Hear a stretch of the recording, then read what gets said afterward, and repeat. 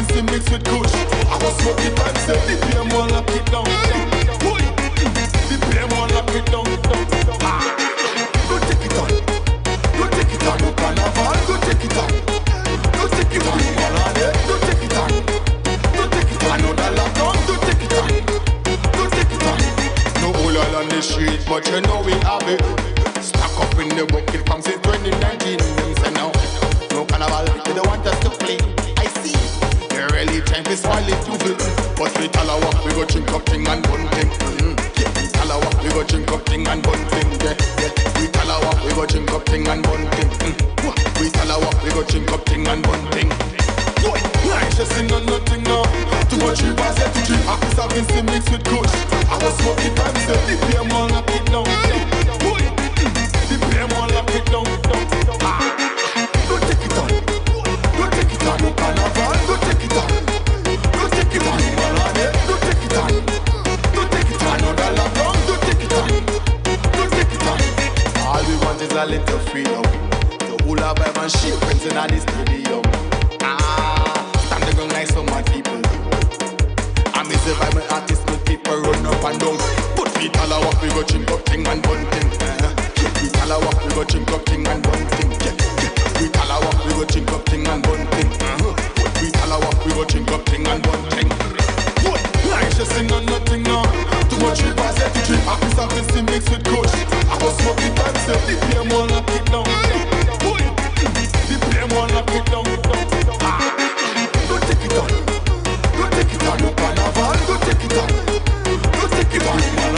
Go take it on. Go take it on. No that lockdown. Go take it on. Go take it on. We tell our we go drink up thing and bun thing. We tell our we go drink up thing and bun thing. We tell our we go drink up thing and bun thing. We tell our we go drink up thing and drink up thing and drink up thing. We tell our we go drink up thing and bun thing. People tell our we go drink up thing and bun thing. Yeah, you know we tell our we go drink up thing and bun thing. We tell our we go drink up thing and drink up thing and. I ain't just seen nothing now. Too much rivers yet to drink. Officer Vinci mixed with Kush. I was smoking by myself. The PM one lock it down. The PM one lock it down. Go take it on. Go take it on. No carnival. Go take it on. Go take it on. Go take it on. Go take it on. No that lockdown. Go take it on. Go take it on. Atet. You stupid dog. Behave. Atet. What? I ain't just seen nothing now. Too much rivers yet to drink. Officer Vinci mixed with Kush. I was smoking by myself. The PM one lock it down. The PM one lock it down. Go take it on. Go take it on. No carnival. Go take it on. Go take it on. Go take it on. Go take it on. No that lockdown. Go take it on. Go take it on. No all on the street, but you know we have it.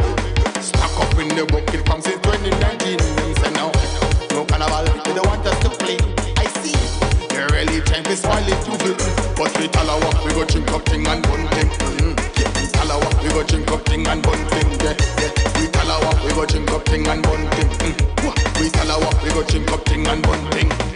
I ain't just seen nothing now. Too much rivers yet to drink. Officer Vinci mixed with Kush. I was smoking by myself. The PM one lock it down. The PM one lock it down. Go take it on. Go take it on. No carnival. Go take it on. Go take it on. Go take it on. Go take it on. No that lockdown. Go take it on. Go take it on. All we want is a little freedom. The whole of heaven shake when in the stadium. Stand the ground like so many people. I miss the vibe with artists with people run up and down. But we tell our we go drink up thing and bun thing. We tell our we go drink up thing and bun thing. We tell our we go drink up thing and bun thing. We tell our we go drink up thing and bun thing. I ain't just seen nothing now. Too much rivers yet to drink. Officer Vinci mixed with Kush.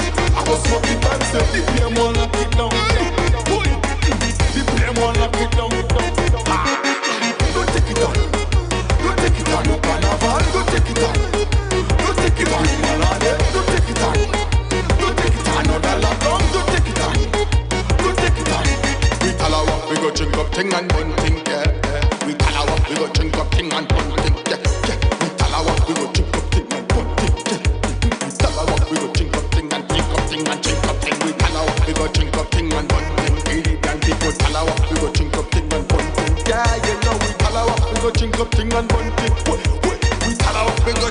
thing and drink up thing. Like just sing on nothing now. Too much river set to drink. Officer Vincent mixed with kush. I was smoking myself. The PM one lock it down. Greetings and salutations, one and all. Welcome to the night shift to DJ Kevin Stew.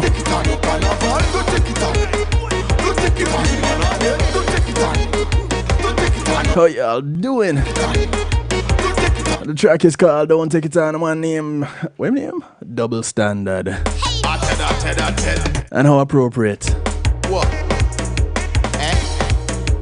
The track called Don't Take It On. I want to say big up to each and everyone locked in right now. Those who are locked in on TuneIn Radio on the night shift to DJ Kevin Stew. Welcome to the broadcast.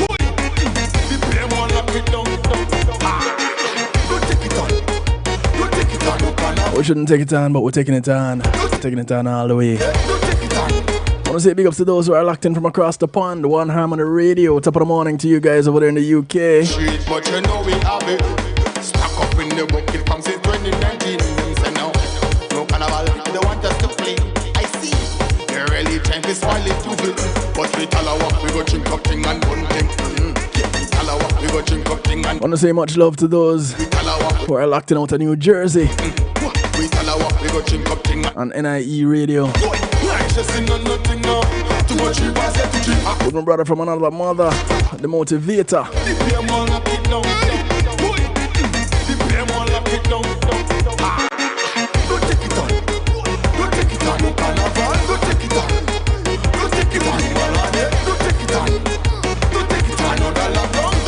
I want to say big ups to the motivator. And also to mix102.com out of New Jersey. Symbol, what you doing? And of course your sister station out of Jamaica, Earth 96 FM.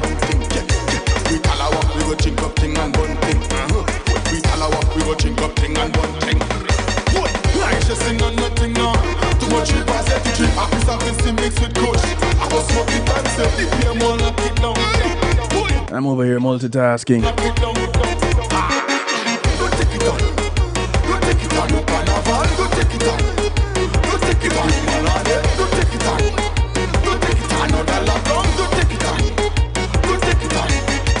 Okay, I think everybody's set.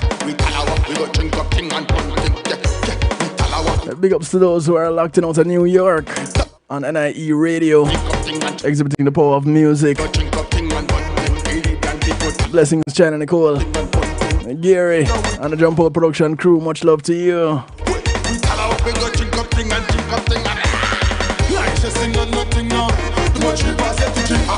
I want to say big ups to those who are locked on Reggae Pulse Radio.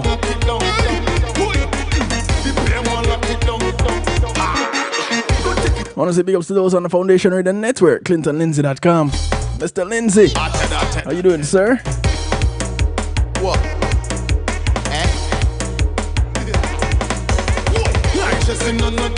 Hey, Rebel, is stay over there. Rebel, you good?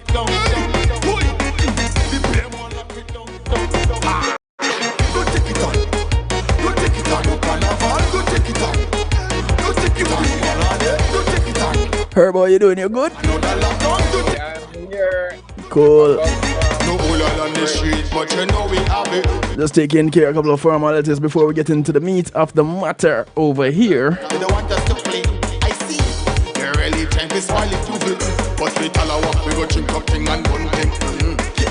want to say big ups to my segment sponsors.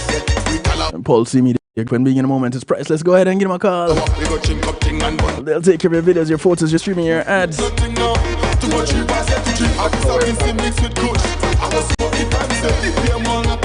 They can host your website if you don't have a site host. They'll take care of you. 754-999-1140 is the number that you use to get in touch. I think they do a pretty good job. They host my website, so they can host yours too. Thank you, Pulse Media Group.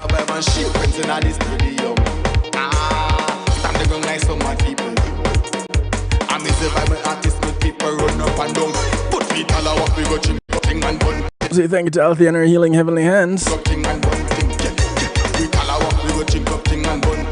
I'll tell you, she's a licensed massage therapist operating out of Broad County, North Miami-Dade, and South Palm Beach counties. She comes to you, bringing her table, her oils, and over 20 years massage therapy experience.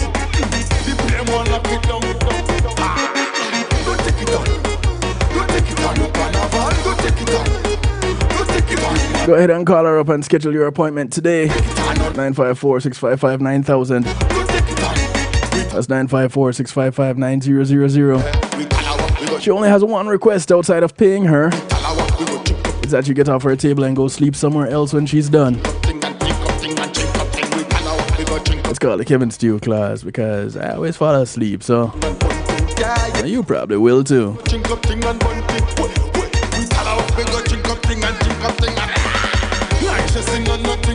Wanna say big ups to the global bass.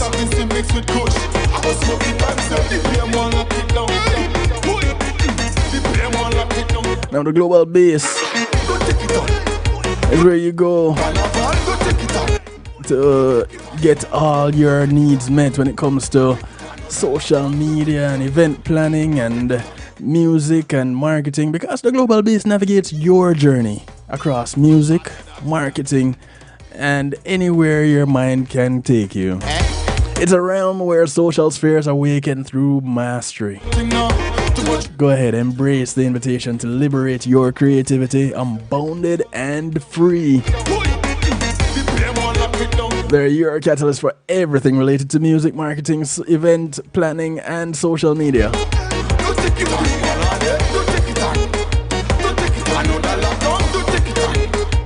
Go ahead and link them up. Just visit the Global Bass, DAGLOBAL BASE, Global BASE.com. Tell them Kevin Stew sent you. I want to say thank you to McNeil Trucking.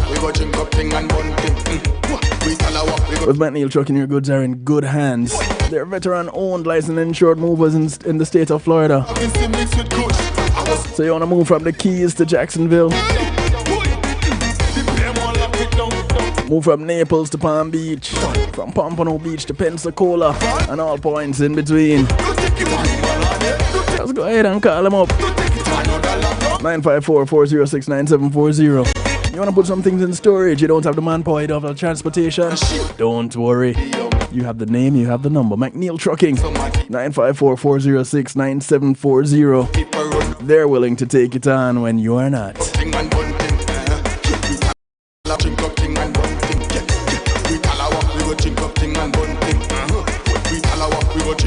So the double standard says don't take it on.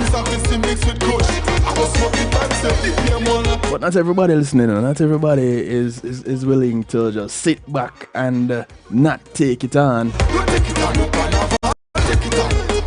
You have some that are willing to take it on and go the extra mile in doing so. And some such people join us tonight. There's this new organization that is going to take the place by storm.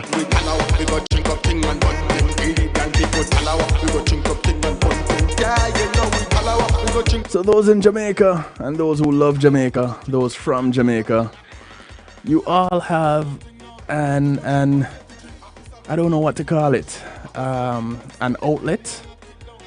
You have a way of getting your voice heard. Yeah, man, this is what I hear, and we're going to see how much information we can get out of these people tonight. Yeah, man, the hotheads and all. We're going to take them on. And so, joining with me tonight is we have two gentlemen from a fledgling organization. It is called One Jamaica Legal Defense Foundation. And when I tell you, brand new on the scene as organization-wise, but the individuals who are looking to do the work of the organization, they have been around for a while. They have a bit of experience in what they do, and we're gonna find out from them directly a little bit about what they're doing and how they plan to go about doing it. So, joining with me right now, I have the distinguished pleasure of introducing to you all Mr. Herb Nelson, and no stranger to this broadcast. He's been on before. You've heard me talk about him before. The rebel himself, Mr. Will Rattigan. So, ladies and gentlemen, without further ado, these two gentlemen will be talking with us about the One Legal Jamaica Foundation. Legal One Jamaica Legal Defense Foundation. Yeah, let me not mess it up. Rebel, There it is, yeah. Rebel, welcome, Amen, welcome. Kevin. Herb, welcome, man. Thank you. Thanks for having us. And greetings to your listeners as well. But you close up to the camera tonight, you Herb. I don't know. Well, I just wondering from my profile is good. I'm too close. Yeah, man, a little bit too close. I am arm's length. Don't worry, I can fix that. I can fix that. All right. Somewhat. I can try to fix it then. Okay, All let me right. see if I No, can man, I do got you. something. I got you. I got you. Okay. Yeah. So, I don't even know which one are you going to start off first, Herb or Will. One Jamaica I'll Legal let Defense. Will go ahead. Will is the attorney. You keep us legal. All right. So, Kevin, where you want me to start? Where do you want me to Well, start? well where's a good place for you? Start at the beginning, man. One Jamaica Legal Defense Foundation. What is this? What is this? What is it all about? Well, it came about because people, you have a lot of people on YouTube making commentaries about the government, critiquing the government, as should be the case, and to a lesser degree in Jamaica. But that was the end all be all of it, where people just critiqued and then they moved on to another issue, another scandal, and they critiqued and then they moved on. But nothing was really done. And so people started saying, all of you guys, you're just a bunch of talk shops, nothing gets done. You talk about the issues and everybody knows the issues. And, it's just, once we've heard you, then there's no point in listening to you a second or third time because it's the same thing over and over. So we decided that we are going to do something to hold the government accountable. And as a result, one of our colleagues, Wayne Lonesome, he actually filed a lawsuit against the police commissioner for ineffective service. And he filed it asking for the police commissioner to be removed. Shortly thereafter, I filed a lawsuit in my personal capacity, as well as on behalf of the diaspora and Jamaicans at home. And it was to hold the Minister of Foreign Affairs and Foreign Trade accountable for failing to file as per the Financial Administrative and Audit Act, as well as several administrative regulations. And what did she fail to file? She competed for the position of Secretary General of the Commonwealth, and Jamaican government sponsored her candidacy. But she also received monies she didn't receive the monies personally, but contributions were made by the private sector in Jamaica. And what they did was they went out and sought the services of a public relations company in New York to provide public relations services to the minister to aid her campaign for that position. Right. Now she was supposed to account for that service. And by the way, the statute in Jamaica, it says that it talks about gifts, saying that if you're a government official and you receive a gift, then you're supposed to. There are certain things you're supposed to do, including filing and let people know that you're getting this gift. And it says gift can be gift services as well. And one of the services mentioned is consultancy services, which is exactly what she received from the company out in New York called Pin Partners, and she didn't file it. So I filed an action in Jamaica asking for the court to issue a declaration saying that she didn't file. Right. Well, she responded in her affidavit saying that essentially that she didn't have to file because she didn't get a gift. She said she received no gift and no services in her personal or her professional capacity. So she's saying I got nothing, which is not true, because we have documents from the company that provided the services to her saying that she was the one who got the services, and they gave us the date she got the services, and they gave us the complete list of services she received. So she said she didn't receive any of that. It was the government who received the benefit. Now the statute doesn't talk about benefit; it talks about gifts. But anyway, we decided to play along with the game that she was playing. So we went down that rabbit hole looking for benefits, and so we reached out to several government agencies, and every single one of them, the Office of the Prime Minister, the Office of the Cabinet, our own ministry, Ministry of Foreign Affairs and Foreign Trade, Ministry of Agriculture, Ministry of Finance, and several other ministries, they came back and they said, we have no idea what she's talking about. So as a result of doing that, we decided, hey, you know what? We can hold the government accountable through lawsuits, through public relations campaign, and through background investigations. So we decided that, you know what, let's start this foundation because we can't finance all of this out of our own pockets. And there are people clamoring for action against the government. Now that action is going to take funding. So we said, look, you know what, let's start this foundation and ask every Jamaican to make a minimum, make a contribution of $100. Now, if they cannot make that $100, we'll take whatever they can, $20, $10, $5, $30, doesn't matter. And if they can contribute more, then fine. But we set the 100, but we're not holding people to the 100. Whatever you can provide as a donation, we'll gladly accept it. Right. So that's where we are. And the organization just started, essentially started like 2 weeks ago because we didn't have a bank account. So we had to go to the bank, and that took about 2 weeks, 2 weeks of know your customer inquiry, because I was told that since COVID, people have been using foundations to launder funds and also to commit fraud. So they wanted to make sure that that you know, You're on the up and up. characters will be opening bank accounts in their bank. Okay. So that's where we are right now. Okay, so you say we. Yeah. Who are the people involved in this we? All right. Well, so far we have 3 board members. Myself, Herb Nelson, and a gentleman out of New York. We intend to increase the board membership to include representatives from Canada, the UK, Jamaica, and we want to add 1 or 2 more people in the US.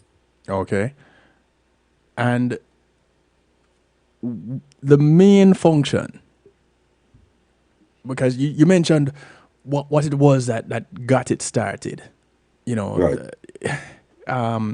A colleague of mine, Donnie Walker, would say some glorified talkers with elaborate words. You know, Terra Fabulous and Nadine Sutherland sang about action and not a bag of mouth. Well, You know, right. these things.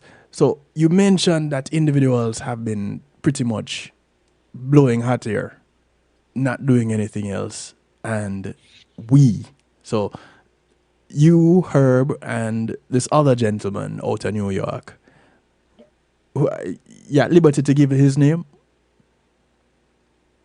Yeah. Mr. Crookson. Okay. So you, Herb, Mr. Crookson, decided, okay, let's go ahead and put our money where our mouth is, basically.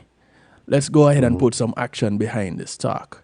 And it started out with Wayne Lonesome, doing his lawsuit, filing his lawsuit. But we don't typically hear of people in Jamaica or anywhere in the diaspora talking about filing a lawsuit against the government of Jamaica. So, Well, why did you think that you yeah. guys could do it? Let me interject here for a little bit Yeah, Herb. because both Will and I were down in Jamaica back in 2016, Mm-hmm. right? And Money, money, money, money. Wait, who playing music? who is that? Money, money, Rebel, you playing music over there? Hold on. It looked like it started playing by itself. Let me turn it off. Hold on a The second. Hold on. gremlins. No. Yeah. Kevin, look at the follows from Saturday. They come with a different kind of intercept here. Right? All right, we're good now. We're good. Okay. Yeah. What about that? From 2016 till now, Mm-hmm. we've been one way or another part of the Jamaica Diaspora Crime Intervention and Prevention Task Force. And we were pretty much frustrated with the fact that you had all these police officers, all these trained police officers, and we could not project ourselves into Jamaica in the way that we wanted to. Mm. I have a background in military police as well as in the intelligence community, and pretty much we wrote the articles for our inception was to go to Jamaica, help to train the police, help to show them that this is an international um, effort against the cartels, against the money laundering, against the trafficking, drugs, weapons, human trafficking. All of these things we had in mind, but the first thing they asked us to do to assist them was before the very first Zoso in Montego Bay. They asked us to come in and do a briefing and let them know how our Safer Cities program worked. So I briefed the Safer Cities program, which was pretty much, if you're going into the community, the three concepts were clear, build, and clear, hold, and build. In other words, you're clearing the community of all the bad folks. You're holding it, maintaining it, and you're building it. The build part is where we emphasize that you're bringing all your assets, whether it is your health ministry, whether it's your education. You bring in the assets that is going to help the community build up its infrastructure, and you're going to educate its people. And when you do the things that cause that community to be stabilized, then the community will have community policing, and we'll be talking with each other, not at or down to each other. And that the community will respect you as somebody who's there to help, and not somebody who just comes in to bust heads and throw a pair of cuffs on and then leave again, right? So pretty much when we introduced the Safer Cities program in 2016, and Ratty spoke to them about the advanced policing concepts and investigations, right? We thought we had gotten off on a good foot with the government, and that the government would then embrace us. Well, a few years down the road, we found that the government kind of, sidetracked us. They would ignore us. And we had all these experts in various areas of law enforcement that could come in and actually do blocks of instruction at the military academy down there or at the police academy. And again, they would just simply ignore us. So we started examining what is going wrong on the island and how can we effectively manage the situation from afar or try to fix it from afar, from the diaspora, I should say. Okay. Now, having done that and having decided that they didn't need our help, but individual police stations, police officers did in fact welcome our interventions, right? The Minister of National Security himself got on television and made a statement that he would welcome us to come down and give speeches and give money, but he didn't want us interfering with police operations or interjecting our opinions or our expertise into his police operations. And yeah, I mean, pretty much a lot of the police officers ignored that because we were doing Zoom down to individual police meetings and giving them pretty much our expertise, and we were calling things out as we saw it. Yes. When we saw a lot of high-rise buildings going up in a hurry in Jamaica, in different neighborhoods that were considered taboo, that they were underserved and they were not worthy, we questioned that because we said, look, how are poor people going to afford to live or to purchase a $28,000 or $40,000 apartment or condominium, right? And so we started seeing signs, clear signs, that there was the activity of laundering involved, and the cartels were present, and that even when the Minister of National Security promised us that he was going to investigate it and give us an answer, it never happened, right? So with all of these things, mainly the corruption, mainly the intransigence of the government, and the failures, the many failures of certain government ministries to stem the tide of corruption, we decided that the most effective way of dealing with this would be to use the third arm of government, which is the judiciary.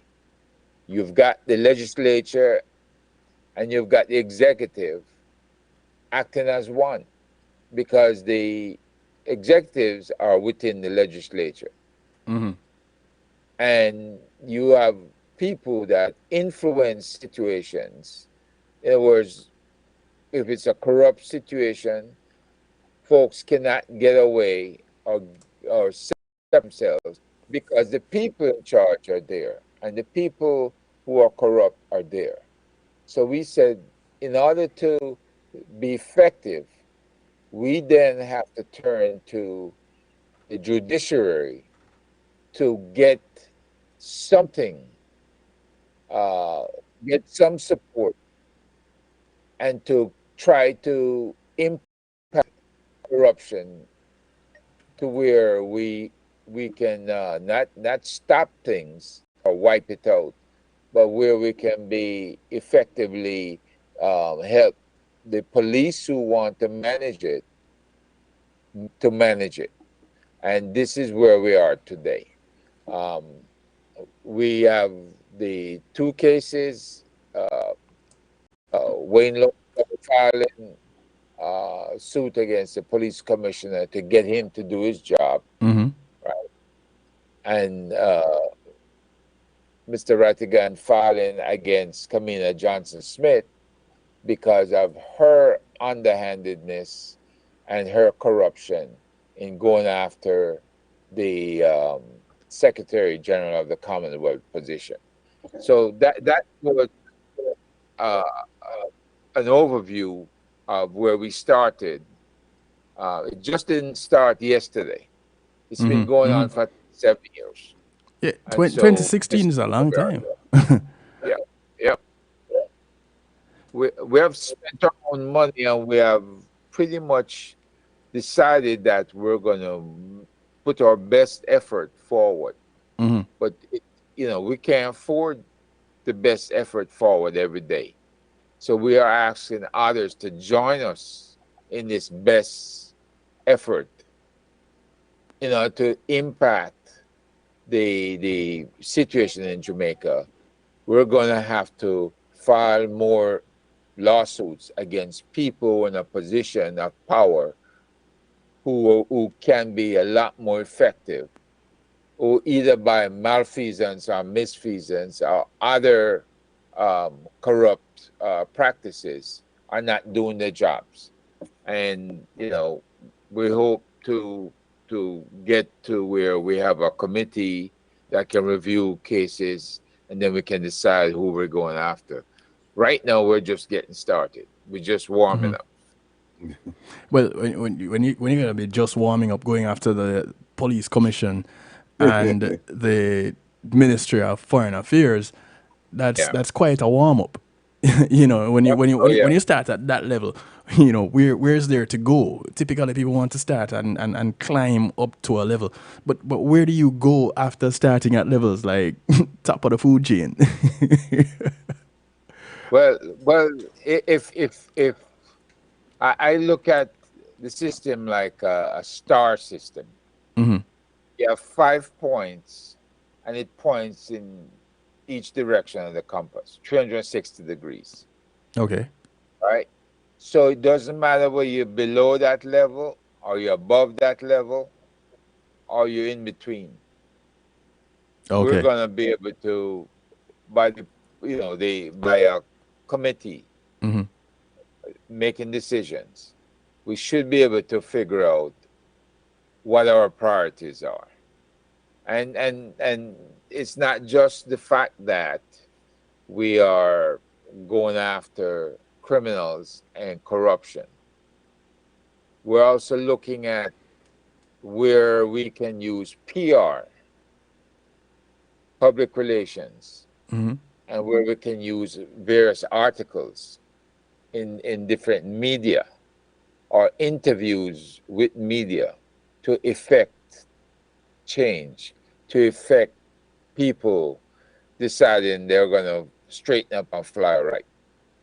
This is the kind of stuff that comes with the background and knowledge we have. I've got almost 40 years of law enforcement and intelligence, and I'm sure Mr. Rattigan has a similar amount of time that under his belt. And that leads me to the question that I was actually gonna ask next. What kind of expertise do you guys really come with? What is it that you bring to the table when you say you guys have gotten together with a lot of experience to form this organization, the One Jamaica Legal Defense Foundation, to go after corruption in the island nation of Jamaica? Since you're already on, let's start with you. Take us a little bit back into the journey of Herb Nelson and the career that you had. Okay. My career here in the U.S. started with the U.S. Army. I joined the U.S. Army in 1972, and I retired on the last day of October 1996. And during that period of time, I was a member of Special Operations Team, Special Forces, first 3 years. I was in the uh, Army Air Defense units, and also did a lot of time with recruiting and retention, being a career advisor, career counsel. And I worked at command levels, advising the commanders how to retain people and how to get rid of the bad apples, right? So I was in the people business, you could say, for 24 years until I retired. Now, when I retired, I went on to finish my bachelor's degree and start a graduate program. And at the same time, I went into the intelligence community. And I've done time within the National Clandestine Service. I was counterterrorism, counterproliferation in the intelligence portion of the intelligence services. I've been into counter intelligence itself. You know, these are the three main areas that I've worked in. But the skill set that I acquired was through training at in advanced courses and weapons, as well as in intelligence. I am a graduate of the Mercer's University intelligence program, and also a graduate at CIA's advanced courses. So pretty much I can say that my military background blended well with the courses I was exposed to, and the fact that, you know, 9/11, pre 9/11, 9/11, post 9/11, I was involved in that pretty much. I was involved in looking at the things like the DC sniper, because that appeared on our radar also. There's several different situations that I've been involved in at the intelligence level. And when you say involved, you're talking about actively investigating and analyzing. I was an analyst. Okay. You know, I started out as an analyst and I became a senior analyst. Gotcha. So, yeah. So that gives me my background and my ability to look at and what we say do deep dives. You know, you gather the information, you analyze the information, and then you make it actionable.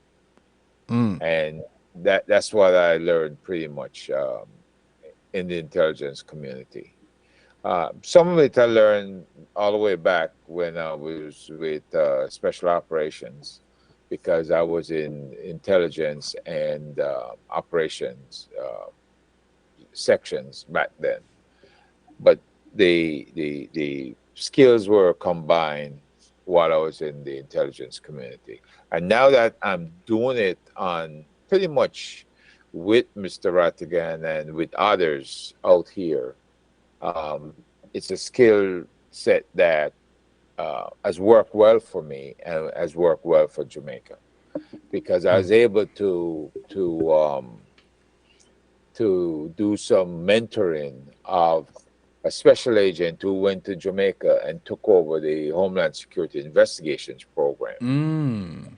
And in turn, that special agent trained about 24 Jamaican officers, and he had a team of HSI officers at the embassy in Kingston, who he was responsible for, and he was very effective over a 3-year period.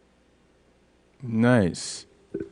So, you know, and that really answers a lot of questions, because people can say, boy, you know, I was involved. I did work with this special op program in this branch of the military and with this intelligence agency, and their job was just to go get coffee, you know. So, you know, that explanation of what you've done, and I know you didn't get too deep into it, but that overview. Yeah, I didn't want to wander off. Yeah. I get it. Yeah. And so that overview kind of gives us an idea of what you bring to the table. For those who are just tuning in, we're talking about the One Jamaica Legal Defense Foundation, and we have Herb Nelson, who you're seeing on screen right now, with us, and Will Rattigan is about to come up next. Talking with them, if you're tuning in and you think somebody should know about this, go ahead. Share the information. Call your friends, your enemies, friends of your friends, friends of your enemies, friends of your enemies of your friends.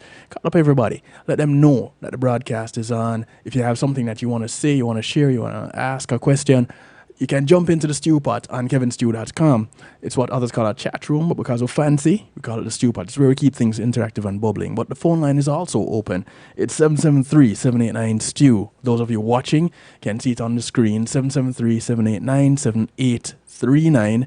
It's scrolling across the bottom of your screen there. Those on YouTube, you can comment right there on YouTube and put your questions there, ask your questions. But the phone lines are open. You can call, text, WhatsApp, Telegram from anywhere in the world, and you will be live and in living color asking your questions directly to Will and Herb.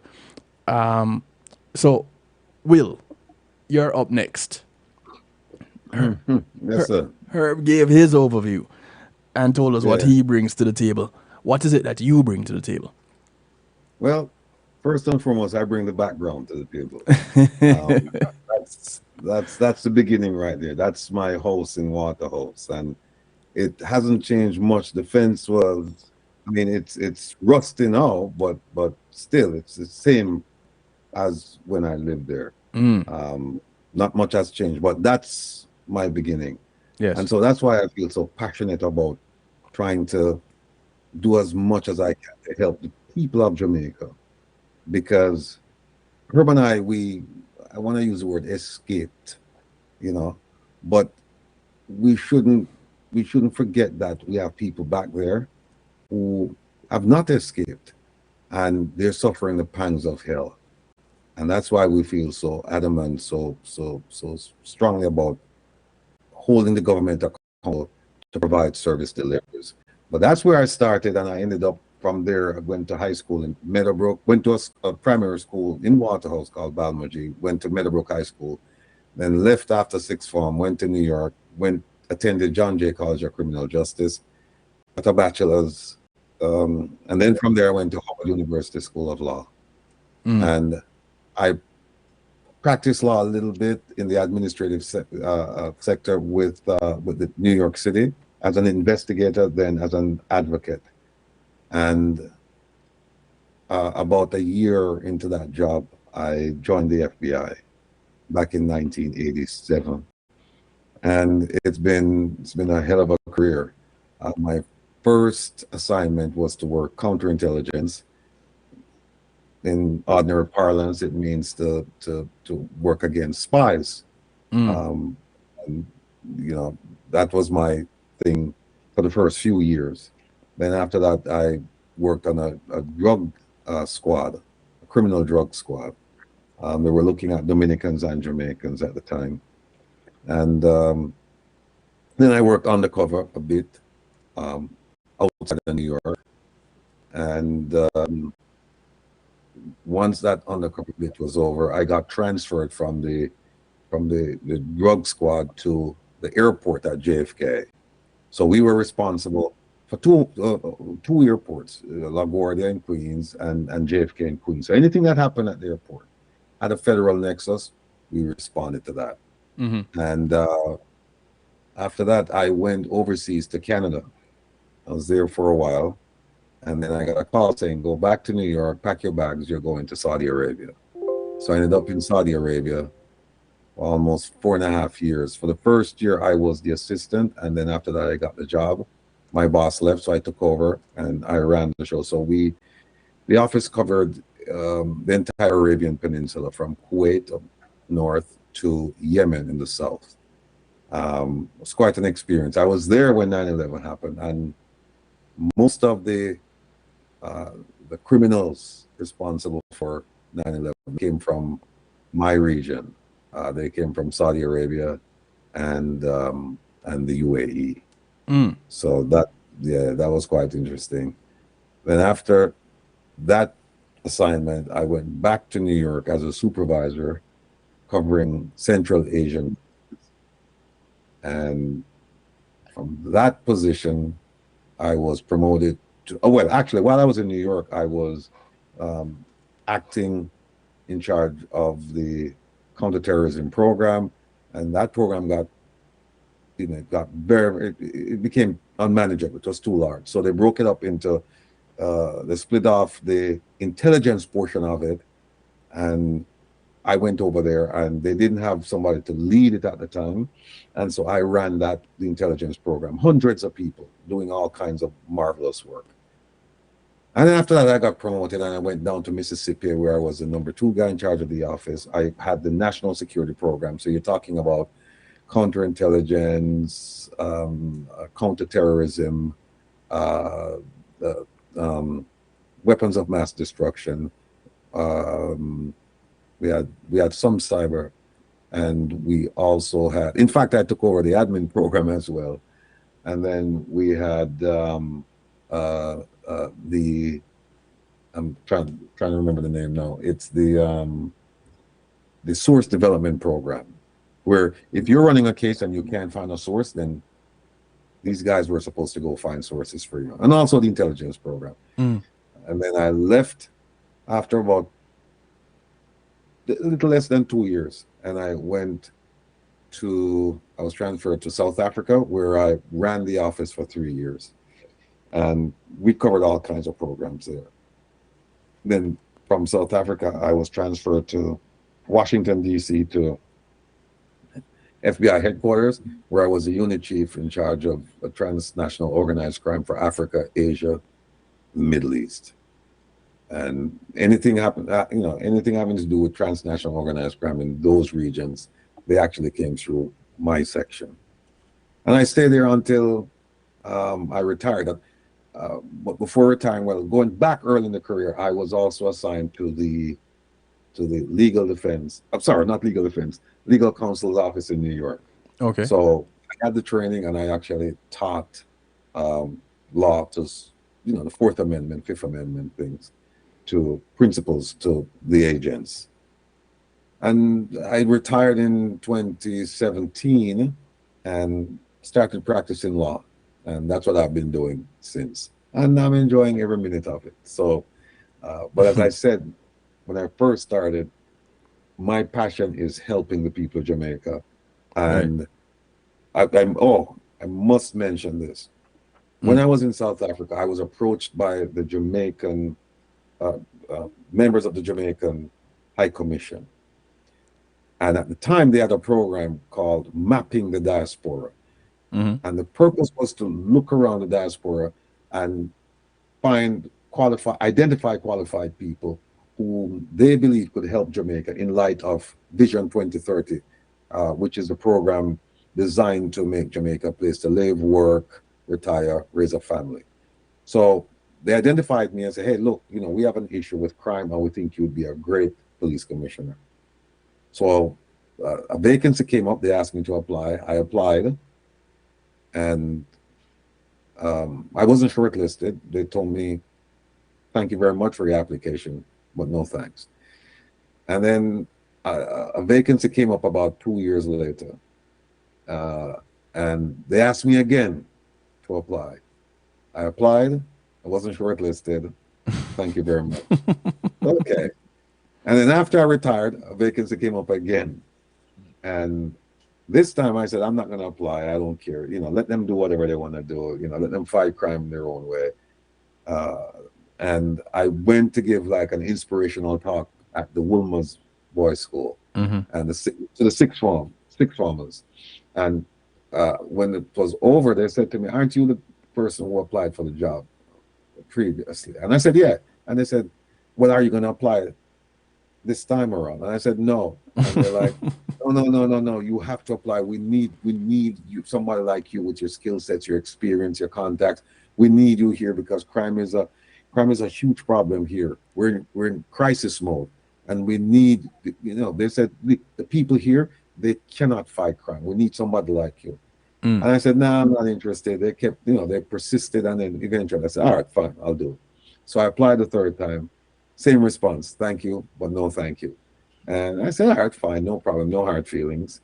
And so now this is just like a natural problem. And in fact, you know what? Them say God working in mysterious ways. And it's true, because if I had been there, God knows what would have happened, because I would have been pressured, I would have been influenced, all kinds of things would have happened. But where I am now, I'm not affected by any of that, because I'm like a freelance artist. I can say whatever I want to say without without any restrictions. Right. I mean, provided I don't slander people, you know.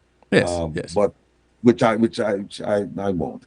But so that's where we are right now. So Herb and I we got together and we said, hey, you know, we have to do something for Jamaica, despite the fact that they've rebuffed my attempts to take over the position and try and help them with the crime issue. Mm-hmm. And even after that, I said to them, look, if they want me to come as a consultant, I'd do it for free.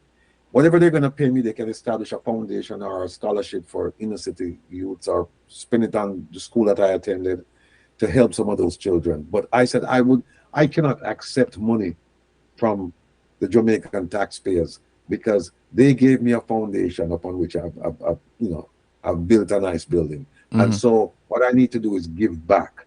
And you can't give back. You're not giving back if you're collecting, you know. And so I said to them, look, I don't want any money. I'll do this for free. And so now here I am. I had no idea this would happen, to be honest with you. And I just have to thank Reggae Global Radio and you in particular for helping me with this thing on a Saturday. But I had no idea. I thought I would just come out, practice law, and just continue doing my own thing, you know, because I'm retired. Mm-hmm. And then the next thing you know, her and I got together. We started talking, and you know, lawsuits started filing. I would say, hey, let's just do this one Jamaica thing. And because at the end of the day, as it says, we're one Jamaica. You know, no matter if you're coming from uptown, downtown, round town, no matter what color you are, at the end of the day, it's one Jamaica. We have to fight for that principle. Not two Jamaica.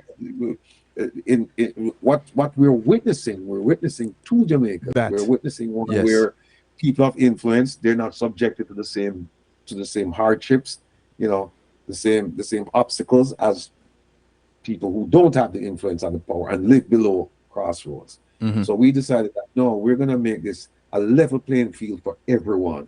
And the first way to approach this problem is by holding government accountable, because what we realize is that there's a tremendous amount of corruption going on, and it's affecting primarily one group of people. When I say one group, I'm talking about middle class, poor class, poverty class. Right? Yes. It's affecting those people. It's not affecting the others. The others, it's business as usual. So we said, no. We have to stop the politicians from stealing, and we know they're stealing. So that's my story, and I'm just, you know, I wake up every day, and one of the reasons, the main reason for having this background, because when we first started out, if you remember, and I have to thank you, Kevin, because when we first started out, we had a gleaming skyline, and I had another picture before this of in the inner city, and then I wanted to change it. A friend of mine said, change your background, man, change your background every 6 months or so. And I remember I came to you, I said, Kevin, I want to change the background to a gleaming skyline, and you showed it to me, and you said to me, look, you are who you are, and you have to remain who you are. You can't be like a chameleon. You just keep changing. You have to have focus. And he said, this represents you.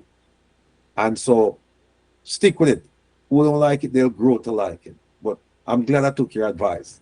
And so I asked a friend of mine to go down to Waterhouse. And I said, go down there and take a picture of where I used to live. And he went down there and he had me on FaceTime. And he took this picture and we put it up. And now it's synonymous with me. You know, people see it and they say, oh yeah, the zinc fence, Rattigan. Yeah, because it's a reminder never to forget where you came from. Never, ever. And my neighbor, he just turned 100. He's next door to this yard right here. And we're still in touch with him. And so I look at this and several people come to mind, including my 100-year-old neighbor, because he's right next door to this. So yeah, I'm happy to be here, proud to be here, happy to share my experiences, and looking forward to doing great things with the One Jamaica Legal Defense Foundation. So, Will, you said that you were willing to serve Jamaica for free. Yes. And boy, there was a saying at one point that anything will come free, no good. You have to earn it, you know. You have to. If you don't have any skin in the game, then, you know. But well, Kevin, I earned it before, so that's why I'm giving now for free. Because that's just it. There's no point in trying to take money from Jamaica, because look, I live a comfortable lifestyle, Yes. and and that's I'm happy. That's enough for me, you Mm-hmm. know. And I just couldn't see myself taking money from the Jamaican taxpayer to help the Jamaican taxpayer. No, I just couldn't see myself doing it. So you've gathered together and still gathering together people of similar mindset who are willing Yes. to give back, that have certain skill sets that would be necessary in the process. And in this case, it is a more legal position. Going back to the statement I made earlier, which led us to you guys giving your background, this organization is approaching the government of Jamaica or the governance of Jamaica from a legal angle. We don't normally find people or hear of people wanting to go after the government of Jamaica. You don't find Jamaicans outside of talking parties and politics going up against them, and they're just doing it one to another.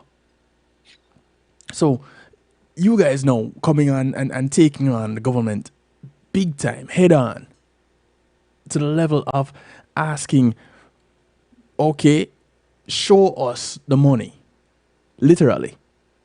Hmm. And you filing lawsuits. And let me get this clear.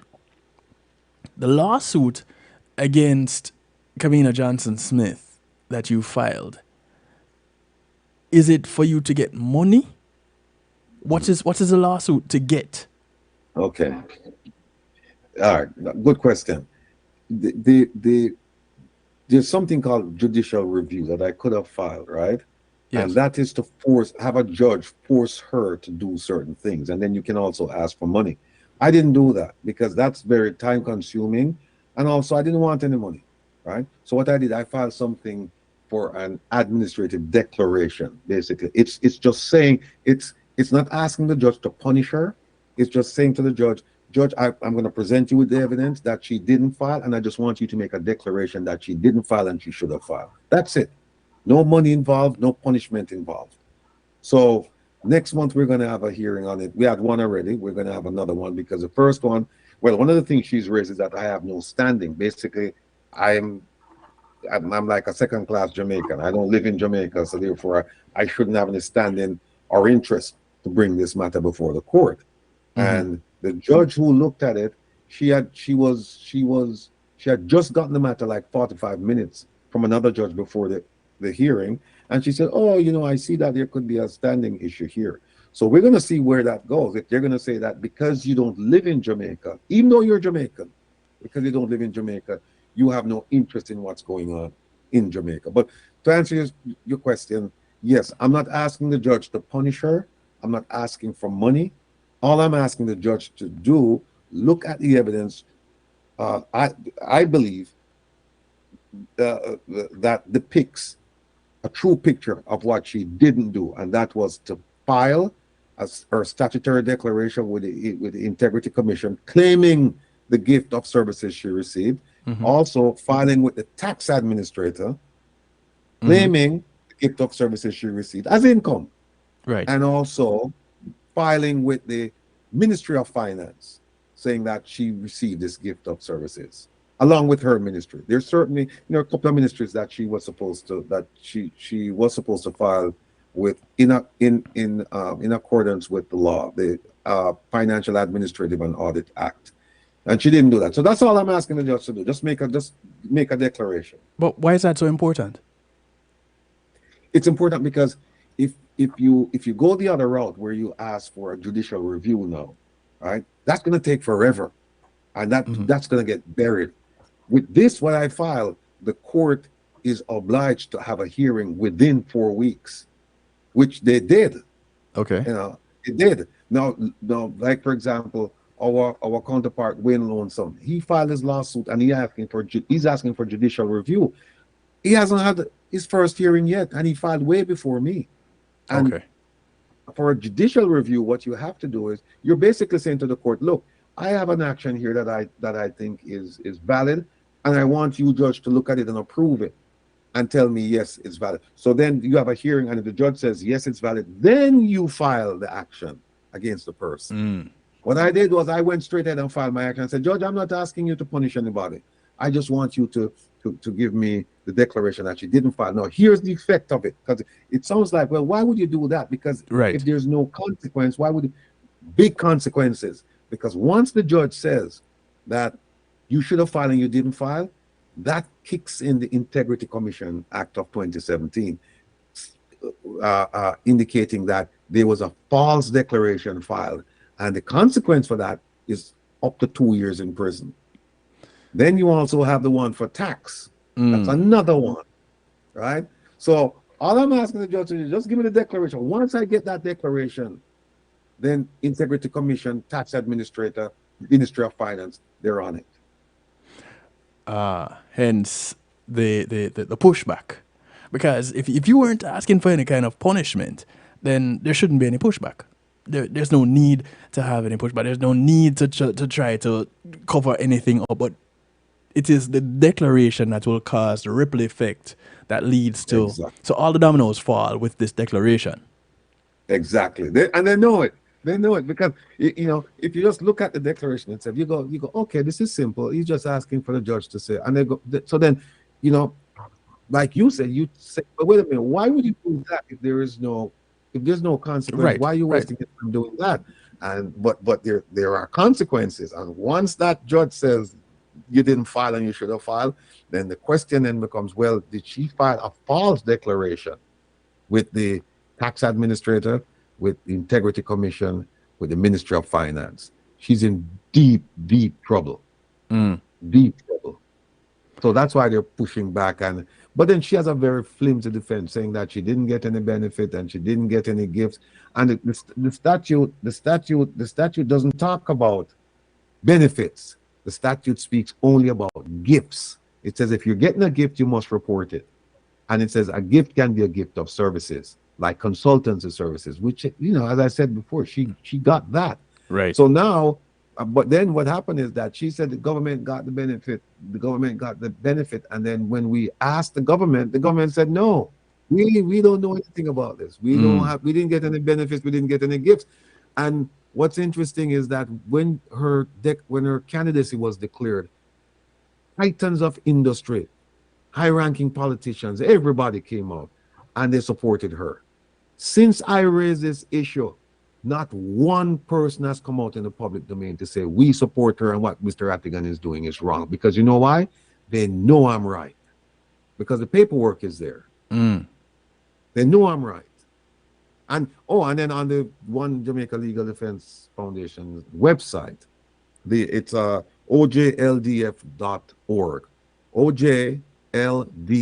ojldf.org. On that website, we're putting up all of the documents because I'm not under a gag order. You know, I'm not a lawyer practicing in Jamaica, so I'm not bound by any of those rules. So I can say whatever I want to say.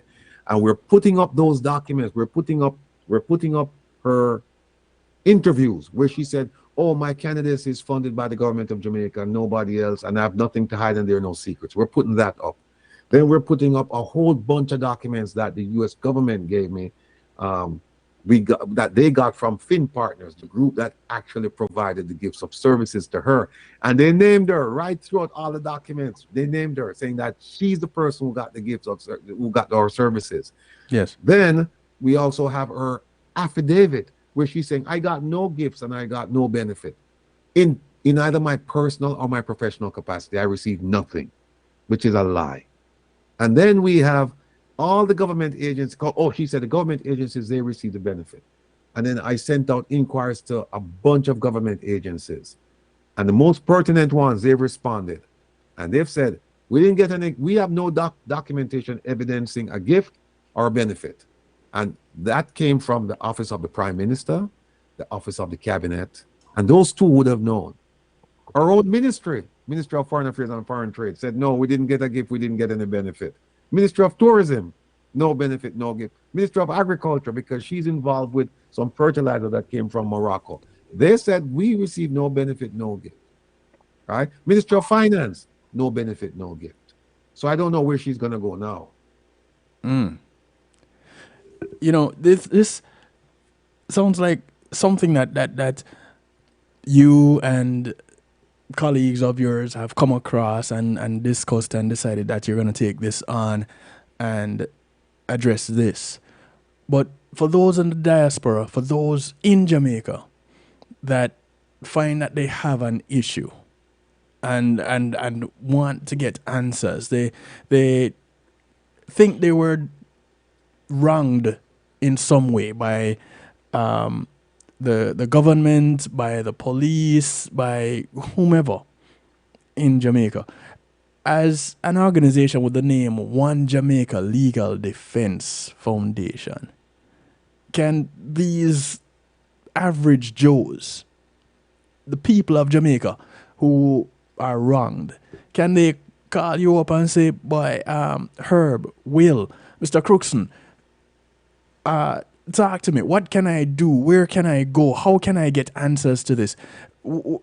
Is it for the average person in Jamaica?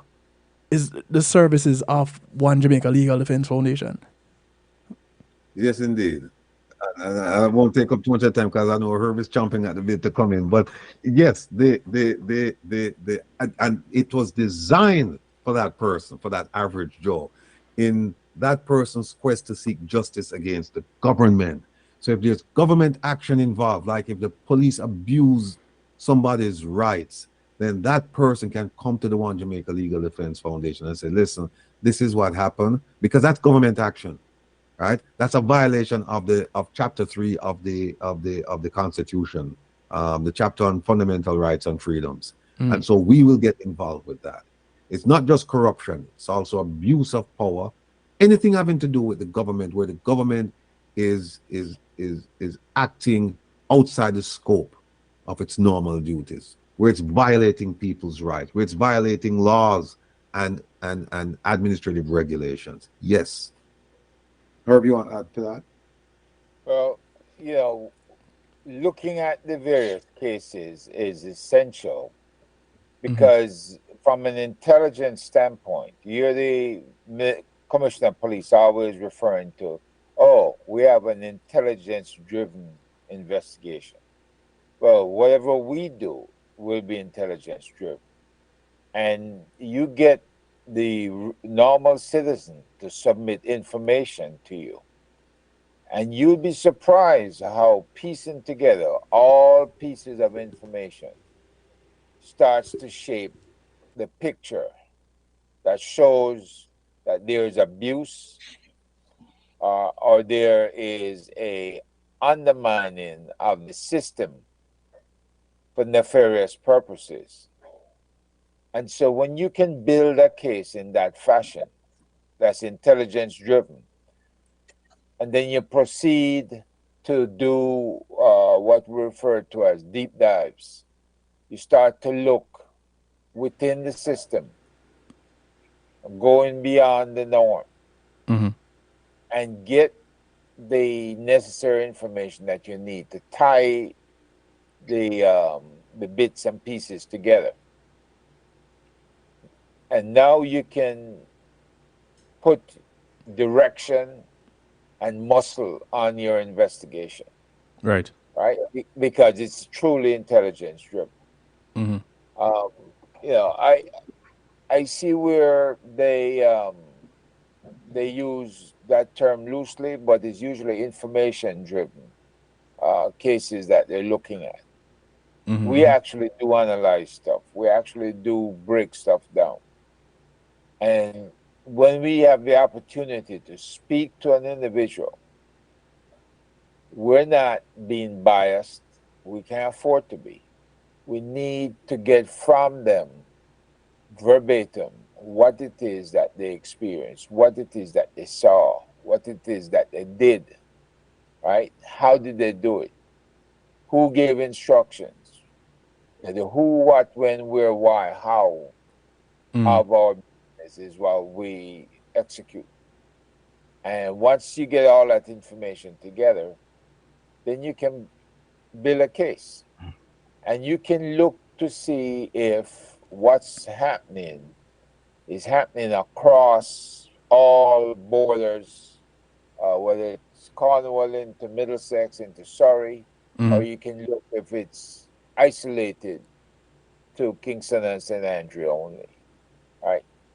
We I don't want to talk about the stuff that's active right now, but there's a lot of stuff that happens with human trafficking, Yes. and the fact that you had we gave a briefing here in Washington that involved people from the Caribbean, people from the Justice Department, people from the police department that headed up human trafficking. And we spoke, and I asked a question point blank to the briefer. I said, is the police involved in any way with human trafficking? And the answer was no. Okay. Well, a few days later, come Monday morning, this guy was relieved of his job as the chief of human trafficking and sent out to a training school, and a new team organized. And then there was an announcement from the U.S. State Department that they found that the police in Jamaica were involved with human trafficking. And in doing so, it appeared as if they had inside information, which is what they usually have. They get intelligence information about who, the who, what, why, when, where, how. They have that. So they're not going to take action without doing these things. One other thing I should add, when the same special agent was running things in Jamaica, prior to that, we had set up a program in Texas for human trafficking. Yes. And so, these things that are intelligence driven, you don't really, if you have the basics of intelligence, you can apply it to any situation. And so we set up a very successful program in Houston. And that program was adopted by Homeland Security, all right, and copied by different agents within Homeland Security. So when you went to Jamaica, it was a little bit different. It wasn't just about human trafficking. It was about the lotto scamming. It was about weapons trafficking. It was about human trafficking, because HSI has a responsibility for cross-border crimes, international crimes. So I was able to get a keen insight into the operations of HSI and what they usually pursue. Right. So with the different cases that we hope to pursue, when you apply the intelligence cycle to it, right, and I'm talking about collection, I'm talking about collation, I'm talking about analysis, and then you can then arrive at enough to do dissemination of information, right? It's a cycle to the intelligence that you collect, and the way we intend to collect it will be above board. We're not going to do anything that violates U.S. law or violates the laws of Jamaica. We're not intending to do that, right? Information, as you know, it's the airway is free. So whatever you trap from the airway, that's it. I kind of have to chuckle because listening to Reason with Rattigan on a Saturday afternoon, Saturday into evening, there's talk about information and the freedom of it. Right. And it doesn't seem to be that free, apparently, because there's difficulty in getting this free information. It's like you have to grease somebody's palm to get some. Yep. The foundation How does the foundation plan to navigate that? Well, you know, if you are operating in any space, Mhm. you have to develop what is called confidential informants. Okay. And your confidential informants will point you in the right direction. Now, and Mr. Radigan can tell you a lot about confidential informants. What I used to do was process the data and the information from confidential informants. But then I would be using SIGINT, which is signal intelligence, means uh, phone conversations, or the satellite intercepts, all kinds of stuff I'll be using to validate the information to make it actionable, Mhm. right? So we don't have a lot of that stuff that's working for us, like when we were on the inside, Right. but we have enough that people are very careless with information, and Yes. you go sit in the right restaurant, and people come in there shooting their mouths off, and they have no earthly idea who's sitting in there with them, True that. right? So if we know where to send our people, or where we can sit, or where we is a good collection point, then people will talk. That's one thing with Jamaicans. They love to talk. You know, they get a couple of sips of rum, and they off to the races. And You know, the other thing I should add to that is that um, New York, for example, if this should take place in New York, it's a one-party consent state. yeah, So if only one person, you only need one person to the conversation to tape that conversation, and you're fine. yeah, Some places like Maryland, I think it's a two-party state. So Mhm. both people must know that the conversation is being taped. So Got you. if you operate in a one-party state, in a one-party consent state, then you're fine. Yes. yeah. So, You know, case in point, the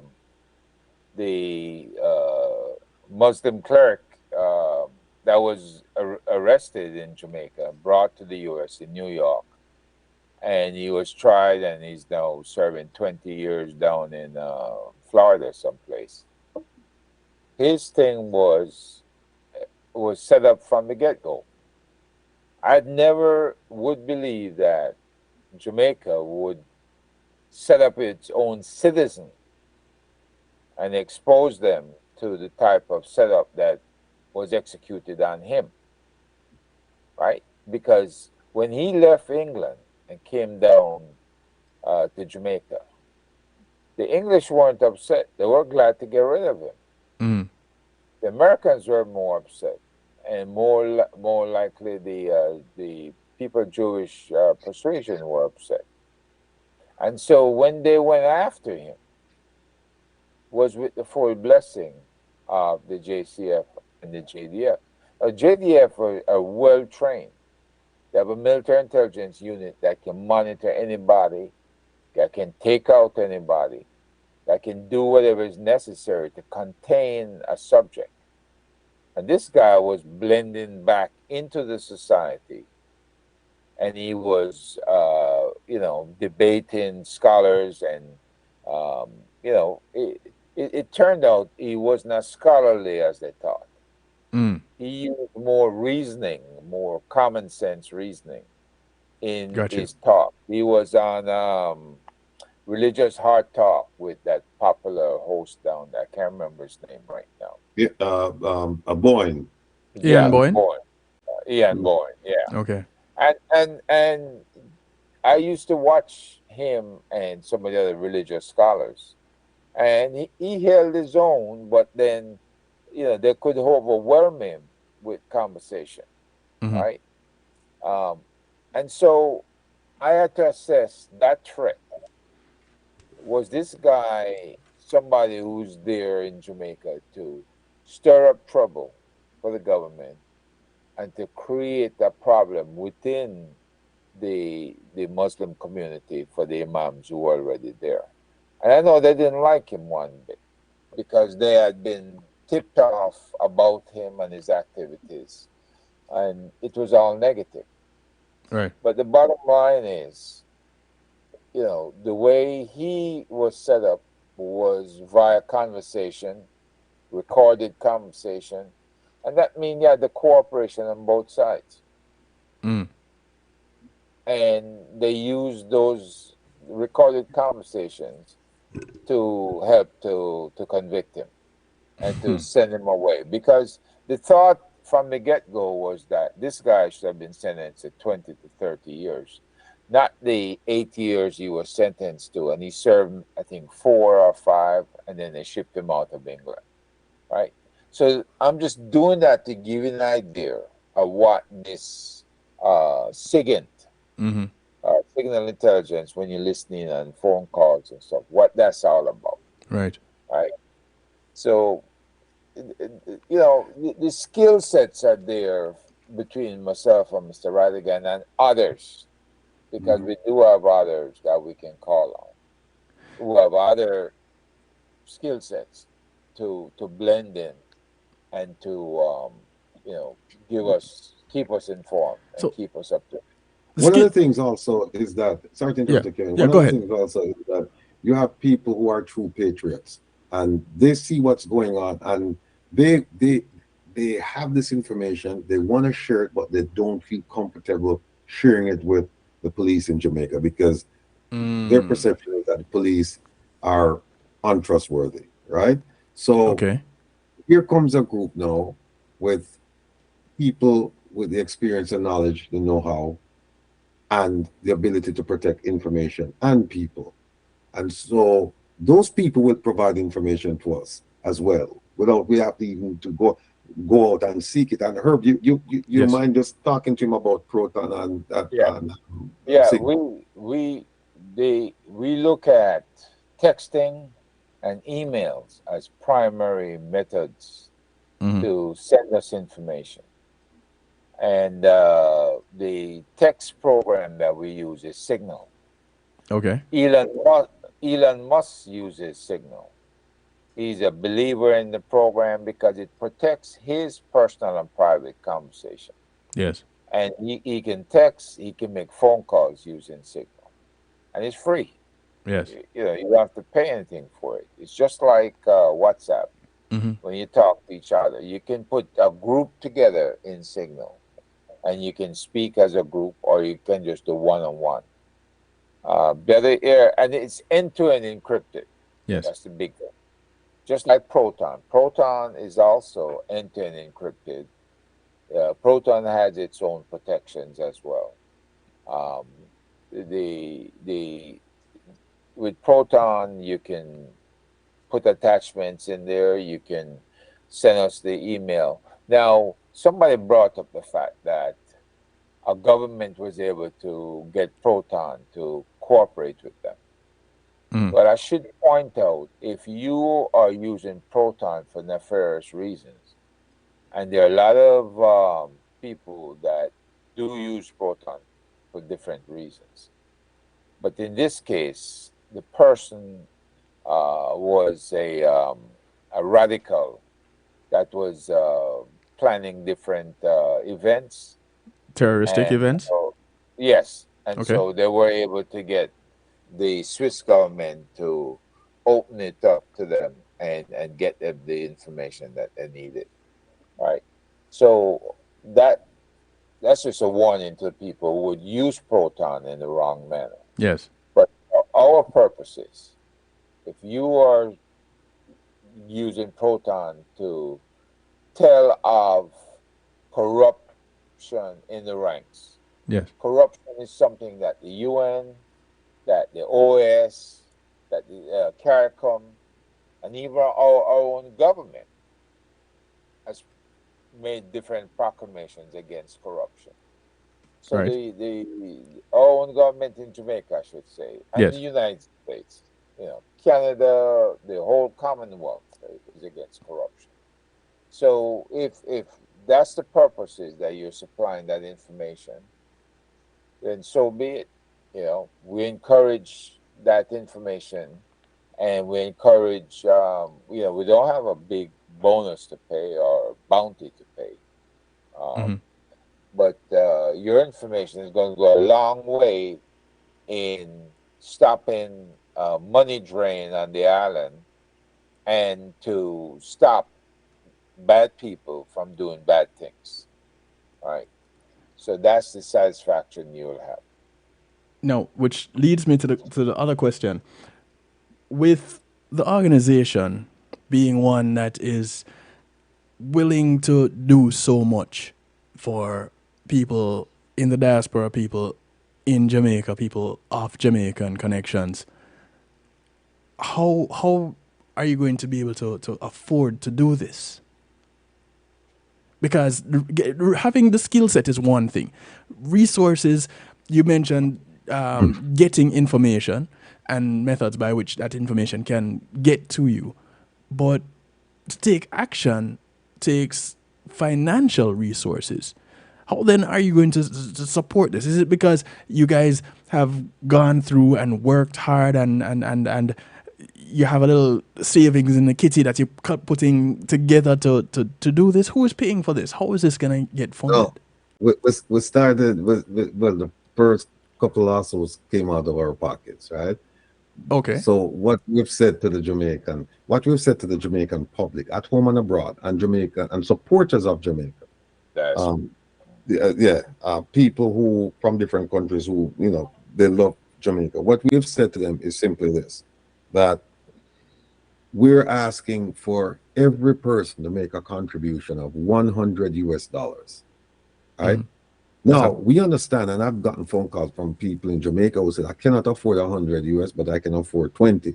We said, fine, we'll take the 20. We just use 100 as like a benchmark, but it's not a benchmark that says you must. The minimum we're accepting is that. We're just saying it's suggested.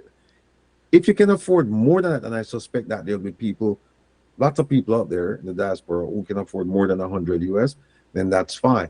And so that's how we plan to go about this. We plan to publicize, we plan to advertise, we plan to make this a topic, the One Jamaica Legal Defense Foundation, everywhere we go, so that people understand that we exist and we exist for a purpose. Oh, and by the way, you had mentioned something about, what exactly, you were asking the question about the ordinary person in Jamaica. How would we be able to help that person? Yes. And we would under three basic tenets. One is rule of law. The second one is democratic principles, and the other one is good governance. And just about anything you can think of will fall within one of those three: democratic principles, rule of law, good governance. Because remember, we're focused on the government. We're not focused on private industry. Although when people come to us with information regarding money laundering or something like that, having to do with private, people in the private sector, we're not going to turn them away and say, oh, no, we don't deal with that. We have a mechanism to deal with that with the appropriate law enforcement / intelligence agencies. So we'll take care of that as well. But our primary focus is addressing the ills of government as they affect taxpayers, voters, citizens. So that's where we are. So again, the donation is that, and again, I think it's going to be far-reaching and it's going to be successful because people want to see action. And what we're saying to them is that, listen, we have put our money where our mouth is because we've started already, right? We've taken money out of our pockets and we've started. Yes. Now you're saying you want to see action. We've given you some action, but if you want to see more action, then get involved. Contribute. Get involved. Yes. Yeah. Okay. I should say, Kevin, that the Council of Europe have 12 principles of good governance, right? And very quickly, fair conduct of elections, and we recall that there was a lot of $5,000 and $10,000 Jamaican dollars being paid out to buy votes. Right. After people were locked up for a long period of time and were let out just to vote, right? Principle 2 is responsiveness. Principle 3, efficiency and effectiveness. Principle 4, openness and transparency, which Jamaica is in dire need of, right? There's virtually no openness or transparency. Case in point, the SSL ripoff of Usain Bolt and now 70 other participants. Yes. And there is not a single report given, update or anything about where the case is, other than to say it went from 40 to To 70. 70 principles being ripped off. Mm. Principle 5 is rule of law. Principle 6 is ethical conduct. Principle 7, competence and capacity. Principle 8, innovation and openness to change. Principle 9, sustainability and long-term orientation. Principle 10, sound financial management. Principle 11, human rights, cultural diversity, and social cohesion, which we have an interest in. And the big one, Principle 12, accountability. So that tells you what the Council of Europe has listed as good governance. And there were 7 principles for the Commonwealth, the UK Commonwealth, which is what the statements that the government has refused to sign is based on, right? And it's weird because they supported Kamina Johnson for the post, Yes. and imagine now she is not signing, nor are the rest of them signing. The training was given by the Integrity Commission, and they were supposed to sign. What was it? The name of the thing? Code of conduct. The code of conduct. Yes, and they refused. I'm saying, wait a second. She was going to run the UK Commonwealth. Were you going to refuse Right. any request she had for you to sign it? It doesn't make any sense. And right? and you know what? Sorry to interrupt, Turbo. You know what makes it even more interesting is the fact that the Prime Minister asked the Integrity Commission to provide this training. He said, I want my people to be sensitized to corruption, issues of corruption, etc. And they received the training. Then the Integrity Commission said, okay, here's a code of conduct, the 7 principles that you have that were not even required. We're asking you to sign these. And to date, they haven't signed, not a single member of the government has signed on to that. Now, the opposition party, they have signed on to this thing because they also received the training. And they said, okay, we believe in transparency, accountability, fairness, and all that stuff. So they signed off on it. The government who asked for the training, received the training, said we're not signing. So, all right. With knowledge of things like that, I guess the end game here is one of those 12 that Herb just mentioned. And it is to have this transparency of how the country is being run. And let me see if I make sure to get this right. The end game then would be transparency with how the country is being run in order to level the playing field for the citizens of Jamaica so that we can all have an opportunity to, 1, live crime-free, 2, have some sort of enterprise in which they can earn and receive benefits. And I can't think of another point yet at this point, but overall, would I be kind of knocking the nail on the head if I were to say that would be the objective of the one Jamaica Legal Defense Foundation to when going in and attacking situations relating to governance? Again, yes, that would be part of it. But let me give a concrete example.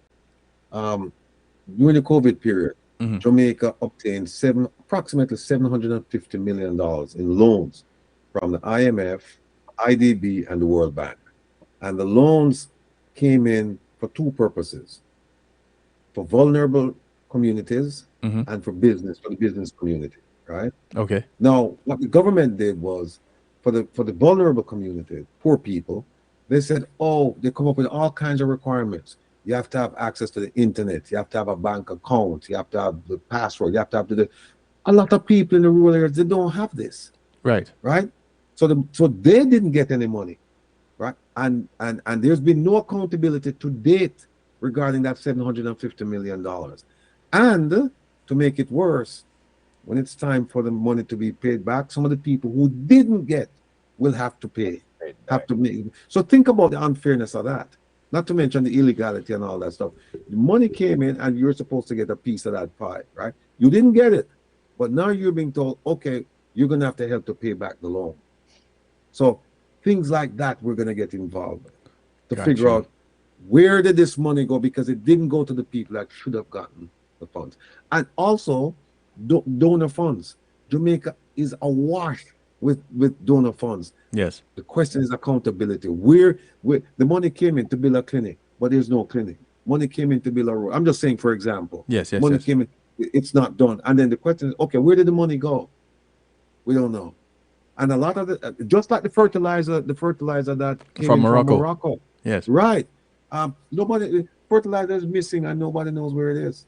Nobody knows where the numbers that they provided. The numbers don't add up. Herb did a quick accounting of the fertilizer that came in. For example, Morocco said we have gifted Jamaica 2.6 million pounds of fertilizer. Jamaica, as the official entity said, we've received 2.6 million pounds of fertilizer from Morocco. But then when you look at the amount distributed, it's 2.4. And of the 2.4, another 200,000 pounds. They can't really account for it. They said they send it to this research center, and the research 200,000 pounds, almost 200,000 pounds of fertilizer. And the research center said, bags burst, and we didn't want to mix the fertilizer and give it to the farmers, so we sent it to the research center. The research center now, they said, we use it to plant on 147 acres of fruit trees. We use it to fertilize the fruit trees. The question is, what happened to the fruit? And if it's good for the fruit trees for the research center, why wasn't it good for the farmers? A whole bunch of questions came up that they couldn't answer. You know? So these are the things that we want to get involved, because at the end of the day, the group that's actually affected the citizens of Jamaica, whether it's fertilizer, whether it's COVID funds, you name it, those are the people affected.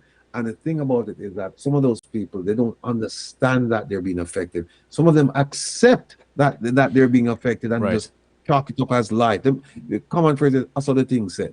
We can't do nothing about it. Right. So now we are sure. Yeah. I said things run. The works. You know, it kills me when I hear this stuff. You know, and I'm saying, whoa, wait a second.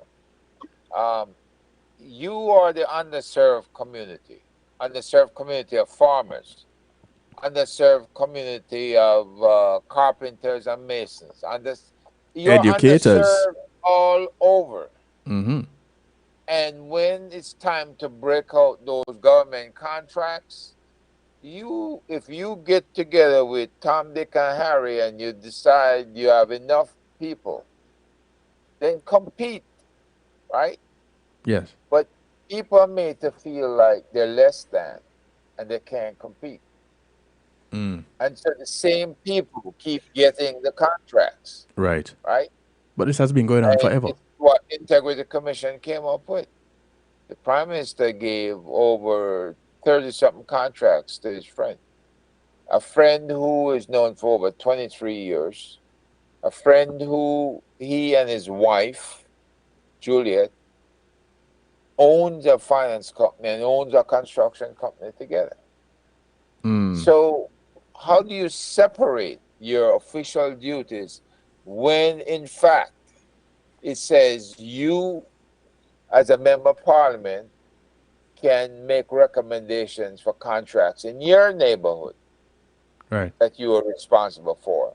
But here we have a PM who was making recommendations in different neighborhoods. Yeah. Right?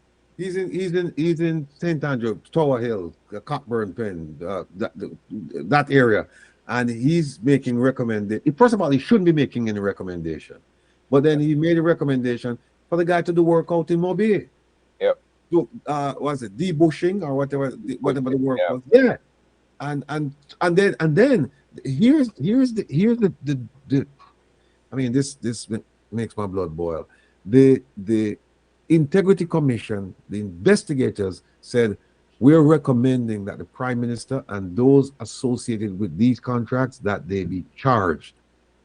The corruptions prosecutor, which was a grave mistake, what they did was, it's just a pity. Like in the FBI, we learn that, look, when you do an interview, you want to do one interview. You don't want to interview somebody and then you go back and interview them a second time, because if you have them where you want them and you go back and interview them, say you're trying to clarify it, and they change, then you've just screwed up your investigation, because now you have basically two different statements, right? So what we do is we just make sure that you do your investigation, and then when you go interview the person, one time you try and go interview this person. They interview the Prime Minister twice, right? So he said some things and they implicated him, and then they went back and interviewed him, and then he said some things now that exonerated him. Yeah. And so what the judge said was that, hey, I don't think there's enough here to, not the judge, the corruptions prosecutor, I don't think there's enough here to bring charges against him. Then with the other people, right, associated with the contract, she said, I find that there is enough evidence to bring an action against them. However, it would be an abuse of process, and therefore we're declining the prosecution, which is nonsense, because there is no statute of limitations against corruption in Jamaica. If somebody committed an act of corruption 15 years ago and you can prove it now, you bring the action. But she didn't. She didn't bring the action. So let me ask you this. We're going to wrapping up in a few minutes. Are you of the opinion that the people of Jamaica really don't know something like what you just mentioned? There's no statute of limitation when it comes to corruption. Let me just say this quickly. Yes. And you said the people of Jamaica. Diaspora The or educated citizens? people of Jamaica. And we're talking about the people who, as our good friend Jeffrey would say, the Vumba and The bumblebees. they're up there, right? They know exactly how the game is played. Yes. Right?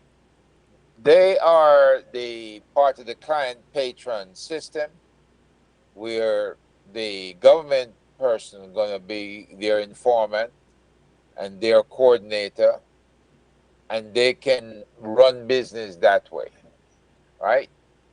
And then the small guys, right? The guy who can barely plan dinner for 4 on a daily basis, and others who barely got out of high school with a diploma, and of course 40-something% of the diploma grads in Jamaica can't read, right?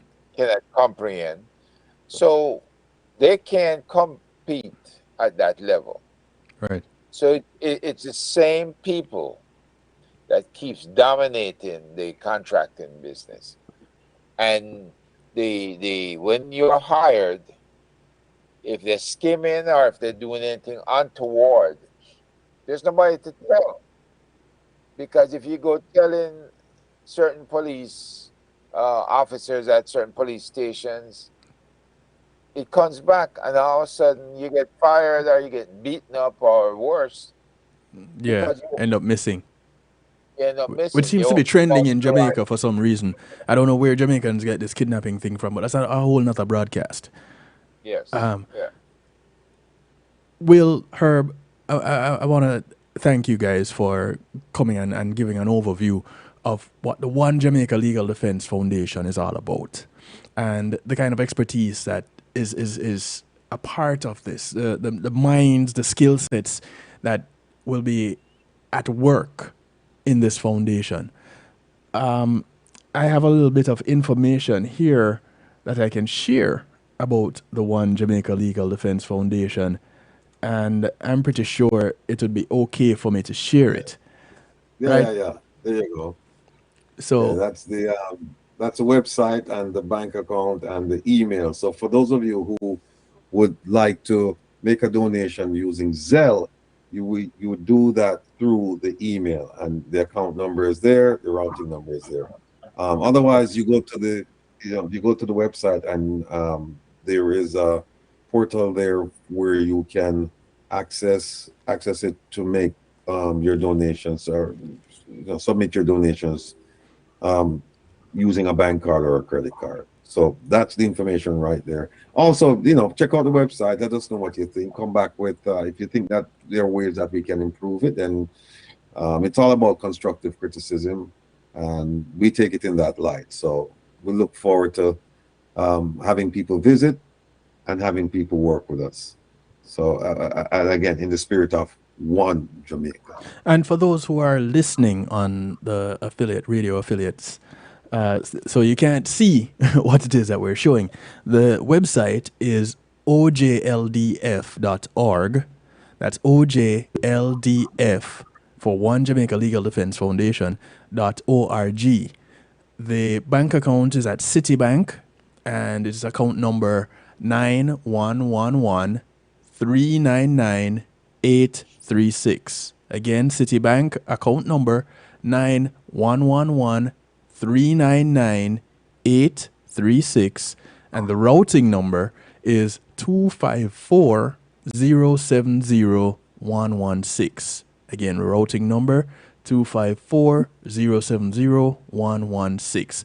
The email, which you can use for Zelle or to contact the One Jamaica Legal Defense Foundation, is onejamlegdef at proton.me. So that's ONEJAM, short for Jamaica, LEG, short for legal, DEF, short for defense. One Jam Leg Def at proton, PROTON.me. So if you need to find information, the broadcast will be up for replay. Just go to kevinstew.com. You can find it right there in the video archive. You don't have to worry about it. Will and her, I want to thank you guys again for taking the time out, sharing, letting us know a little bit about you and your involvement, what you bring to the table, why you're doing it, and what the foundation will be doing in the near future, what it has already started doing and what it will continue to do, things that we'll look at, things that will expose. Will, you have a broadcast every week on a Saturday evening. Time and location, please.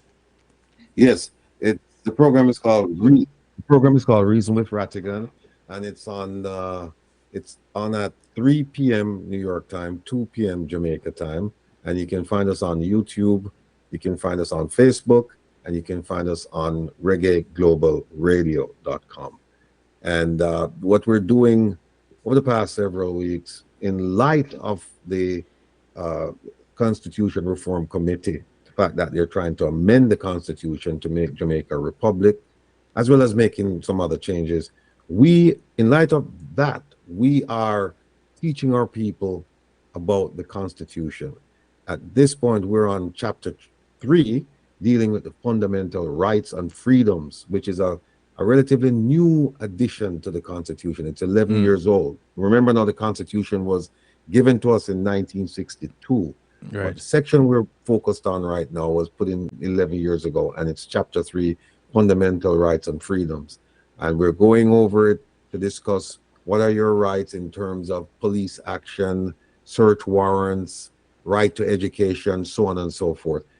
And that's been taught by the human rights attorney Isaac Buchanan. Yes. Additionally, this Saturday, he'll be back this Saturday, but I will also be providing a presentation on the real bro God. Will he please stand up and be acknowledged? And we're going to do it from the perspective of the Constitution, not people in the street calling somebody bro God, but we're going to do it from the perspective of the Constitution in terms of who has the power, who has the influence, who is the real bro God. Gotcha. So tune in this Saturday. We're going to be doing that as well. And then also we have a distinguished panel where we discuss the issues. And Herb is on the panel. Yes. And Dr. John Lennon is on the panel. Of course, I'm there, and Isaac. And we discuss the topical issues, the phone line is there so people can make a contribution, and also on in the chat people can make a contribution. Yes. So make it today, don't be late. This Saturday, 3 p.m. New York time, 2 p.m. Jamaica time. Reason with Rattigan on Facebook, YouTube, and also reggaeglobalradio.com. Thank you, sir.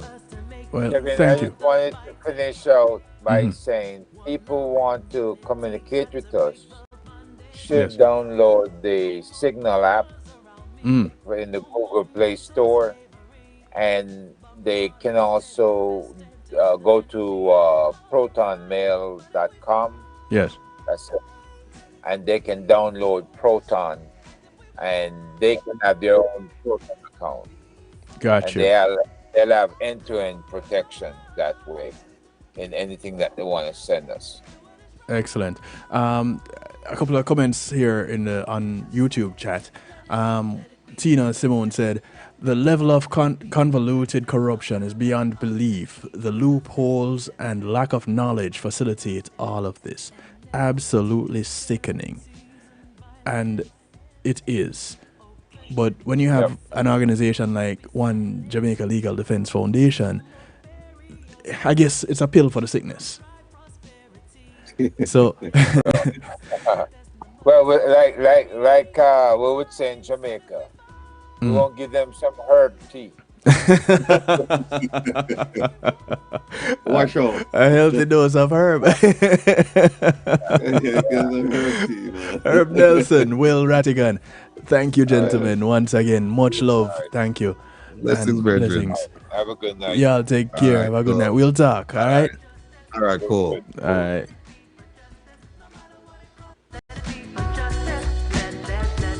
Let it be for justice. The One Jamaica Legal Defense Foundation. I want to thank y'all for tuning in as we part company, the sound of China Nicole in the background. Listen, it's a journey, and those of us like myself who grew up in Jamaica and have moved away, those who are still in Jamaica, there are things that we're facing and things that need to be addressed, and nobody has been able to really effectively do it. And here it is, an organization is coming up that is this is what they're about. So get on board. You know, let's go ahead and make Jamaica the great island nation that it is, that it has always been. Restore it to its former glory. Let it be that place that people want to go to, where people can actually go to bed and leave their doors unlocked. Things have gotten so bad that level of corruption, the level of crime, it's ridiculous. It doesn't need to be that way. And education, better systems, all these things play a role. But exposing corruption also plays a role. And so when you have an organization like this that is about exposing corruption, you know, let's give an ear, at least. Got to start somewhere, right? Thank you all for tuning in. Thank you for sharing. Thank you to the affiliates. Truly appreciate of it as we part company. I do want to remind you, look out for members of your community. Look out for one another. And your community is not just the development that you live in. It spreads far and wide.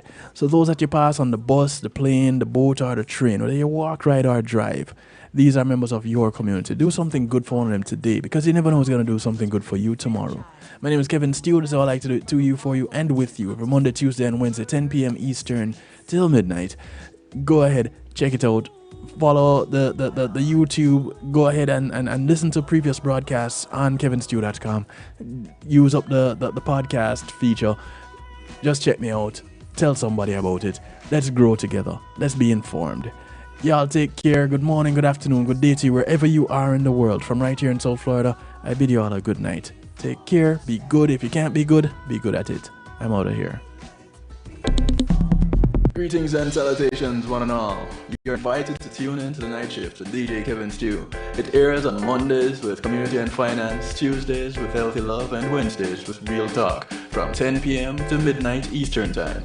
Come spend some time interacting in the stew pot where we keep things bubbling and wind down in musical therapy.